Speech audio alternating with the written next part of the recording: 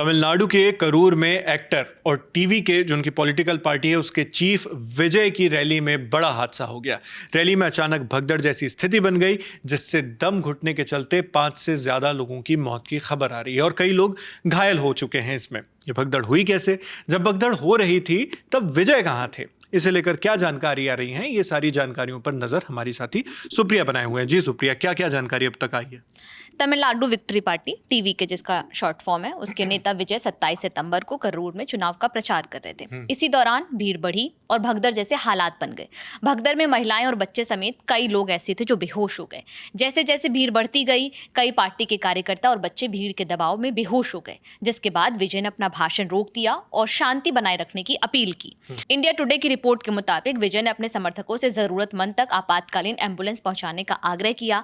लोगों की मदद के लिए पानी की बोतलें बांटी गई। इस दौरान एक 9 साल की बच्ची के लापता होने की भी सूचना मिली, जिसके बाद विजय को पुलिस से मदद की सार्वजनिक रूप से अपील करनी पड़ी और अपने कार्यकर्ताओं से बच्ची की तलाश में मदद करने का अनुरोध भी करना पड़ा। शुरुआती तौर पे जो जानकारी आ रही है उसके मुताबिक पुलिस ने विजय की रैली देखने आई भीड़ को, वहां पे मौजूद लोगों को वहां से खदेड़ने के लिए लाठीचार्ज भी किया। ये शुरुआती तौर पे जो जानकारी है उसके मुताबिक है। अच्छा, करूर घटना पर मुख्यमंत्री एम.के. स्टालिन, क्योंकि तमिलनाडु के मुख्यमंत्री एम.के. स्टालिन है, तो उन्होंने एक्स पर कोई पोस्ट की या कोई बयान इसके बारे में दिया है? और उन्होंने अगर पोस्ट की है तो क्या लिखा है उसमें, बयान में क्या? हाँ नावेद, इस पूरे मामले पर तमिलनाडु के जो सीएम है उनका बयान क्या एक्स पे उन्होंने पोस्ट करके पूरी घटना को लेकर कुछ निर्देश दिए हैं और कुछ जानकारियां भी साझा की हैं। तो उन्होंने जो लिखा है वही बता देते हैं कि सीएम एम.के. स्टालिन ने जो पोस्ट लिखा उसमें लिखा है कि करूर से आ रही खबर चिंताजनक है।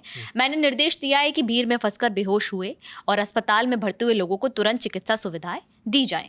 मैंने इस संबंध में पूर्व मंत्री सेंथिल बालाजी और मंत्री सुब्रमण्यम और जिला कलेक्टर से बात की है। मैंने पड़ोसी जिले तिरुचिरापल्ली के मंत्री अम्बिल महेश को भी तत्काल आवश्यकता और सहायता प्रदान करने का निर्देश दिया है। इसके अतिरिक्त मैंने एडीजीपी से भी स्थिति को शीघ्र नियंत्रण में लाने के लिए कदम उठाने की बात कही है। ये सब वो अपनी पोस्ट में लिखा है उन्होंने, और उन्होंने आगे लिखा है कि मैं जनता से डॉक्टर और पुलिस के साथ सहयोग करने की अपील करता हूँ। अच्छा, तो ये उन्होंने वहां पर अपील की है और सारे जो भी वहां पर घटनाक्रम चल रहा है उस पर वो नजर बनाए हुए हैं। यहां पर एक और सवाल ये उठता है सुप्रिया कि घटना के समय विजय का भाषण खत्म हो चुका था या वो अपना भाषण उस वक्त दे रहे थे, क्योंकि उससे भी बहुत इसमें इम्पैक्ट पड़ता है लोगों के बीच। अभी जो शुरुआती तौर पे जानकारी आ रही है, बताया जा रहा है कि घटना उस समय हुई जब विजय करूर में अपने भाषण दे रहे थे और भाषण के दौरान ही ये भगदड़ हो गया था। भाषण के दौरान जिस समय ये सिचुएशन क्रिएट हुई थी उस समय वो अप्रत्यक्ष रूप से पूर्व डीएमके मंत्री वो भी करूर से ही अपनी उम्मीदवारी ताल्लुक रखते हैं और चुनाव भी वहीं से लड़ते हैं। सेंथिल बालाजी पर व्यंग्यात्मक टिप्पणी कर रहे थे क्योंकि अब उनका क्षेत्र है तो उनके विपक्षी दल में है तो जाहिर सी बात है कि उन पे सवाल उठाएंगे, उनकी पुराने किए गए वादों को लेकर उनको घेर रहे थे। इस दौरान उन्होंने नाम भले नहीं लिया था लेकिन पार्टी पर सीधे तौर पर निशाना बनाया था। और ये सब जब हो रहा था डीएमके पे उन्होंने सीधे तौर पर निशाना बनाया था। और इन सब की भी चीज़ जानना भी काफ़ी ज़रूरी हो जाता है कि अब तमिलनाडु चुनावी रंग में रंगना शुरू हो चुका है। तमिलनाडु में 2026 में चुनाव होने वाले हैं विधानसभा के। उससे पहले विजय जो हैं वो राज्य में पूरा अपना स्टेट के अलग अलग हिस्सों में जाकर चुनावी कैंपेन्स कर रहे हैं। ये करूर की आज जो उनकी रैली थी वो इसी का एक हिस्सा है। अब इसमें 2-3 चीज़ें काफ़ी महत्वपूर्ण हो जाती हैं कि जो सवाल उठाते हैं अपने आप में कि जब इतने बड़े नेता की, इतने बड़े एक्टर की रैली होने वाली थी तो वहाँ पे सुरक्षा के क्या इंतज़ाम थे? क्या पहले से नहीं, आयोजकों को पहले से नहीं पता था कि इतने बड़े स्तर पे भीड़ आ जाएगी? और आम तौर पे जब कोई रैली होती है या फिर कोई भी बड़ा इवेंट होता है तो वहाँ आसपास इमरजेंसी के लिए एम्बुलेंस होती हैं, तो क्या एम्बुलेंस मौजूद नहीं थी? और जो एक जानकारी अभी शुरुआती तौर पे आ भी रही है उसमें ये कहा जा रहा है कि पुलिस ने भीड़ को तितर बितर करने के लिए लाठीचार्ज किया। तो अब ये अपने आप में बहुत गंभीर चीज़ हो जाती है कि जिस जगह पे ऑलरेडी इतनी भीड़ है, भगदड़ जैसी सिचुएशन, अगर ऐसी स्थिति में पुलिस लाठीचार्ज करती है तो भीड़ और घबरा जाती है, उसको दिशा नहीं मिलती है, वो अफरा तफरी का माहौल हो जाता है। तो अगर ये सारी सिचुएशन वहाँ पे थी तो सवाल उठने काफ़ी लाजमी हो जाते हैं। जी, और मतलब आप अगर लाठीचार्ज कर रहे हैं वैसे ही वहाँ पर इतनी बड़ी तादाद में लोग इकट्ठा हो चुके हैं, उनमें और पैनिक क्रिएट होता है, डर कर वो लोग और इधर उधर भाग सकते हैं। तो इस तरह की सिचुएशन बनती है।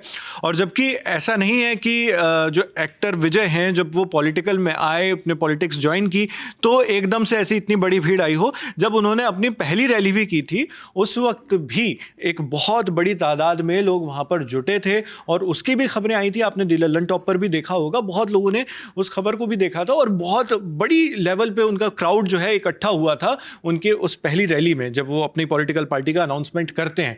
तो ऐसा नहीं है कि कुछ अनप्रेसिडेंटेड हुआ हो, कुछ जिसका अंदाजा नहीं लगा सकता था प्रशासन। ऐसे मौके पर जब फिर उसके बाद और नावेद इसमें ऐड करना पड़ेंगे, बीते जब इस तरीके के बड़े इवेंट्स होते हैं और बीते समय जिस तरीके की हमने साल की शुरुआत से लेकर अब तक के हादसे देखें, चाहे फिर वो महाकुंभ का भगदड़, जैसे वहाँ पे जो भगदड़ हुई थी, उसके बाद बेंगलुरु में हमने जब ये सिचुएशन देखी, उसके बाद आरसीबी के विक्ट्री परेड के दौरान जिस तरीके से हुआ था, तो उसके बाद जब बड़े स्तर पे जब इस तरीके के कार्यक्रम होते हैं तो प्रशासन को पुरानी चीज़ों से, दूसरे राज्यों के घटनाओं से सबक लेते हुए और मुस्तैदी से और सतर्कता से ऐसे इवेंट्स को हैंडल करना चाहिए। बिल्कुल, और पुराने जो भी ऐसे इंसिडेंट्स हुए उससे तजुर्बा लेना होता है, सबक लेकर सीखना होता है और आगे चलकर वो गलतियां ना दोहराई जाएं, ये सुनिश्चित करना होता है। ये प्रशासन की जिम्मेदारी होती है, पुलिस या जो भी टीम वहाँ पर तैनात होती है उनकी जिम्मेदारी होती है। लेकिन इसके बावजूद ऐसी खबरें जब लगातार आ रही हैं, हर कुछ महीनों में इस तरह की चिंताजनक खबर आती है, उसके बावजूद प्रशासन क्या सबक ले रहा है ये समझ से परे है। और साथ मामले में सिर्फ प्रशासन ही नहीं, जो आयोजक करता है, जिनकी रैली थी, जो पार्टी थी, उन्होंने भी अपने स्तर पे क्या तैयारी की थी, क्या भीड़ का अनुमान नहीं था या फिर प्रशासन को बताया नहीं गया था कि इतने बड़े स्तर पर लोग आ सकते हैं।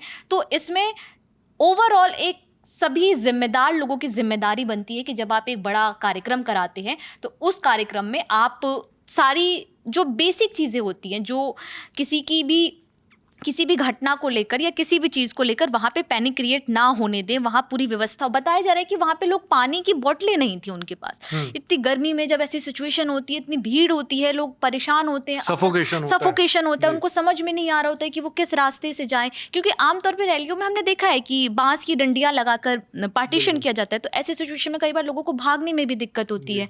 तो जब ऐसी सिचुएशन होती है तो ना सिर्फ प्रशासन बल्कि आयोजनकर्ता को भी, जो आयोजक होते हैं, उनकी भी जिम्मेदारी बनती है कि वो सिचुएशन को समझें और अपनी जिम्मेदारियों को भी समझें कि जब हम बड़े स्तर पे कोई कार्यक्रम कर रहे हैं तो उसको लेकर हमें पहले से क्या बेसिक तैयारियां कर लेनी चाहिए। बिल्कुल, आयोजकों पर तो सवाल उठने लाजमी है और जो भी होगा उम्मीद है कि इसमें जांच जल्द से जल्द बैठाई जाएगी और उसके बाद जो भी नतीजे आएंगे उसके हिसाब से आवश्यक कार्रवाई की जाएगी।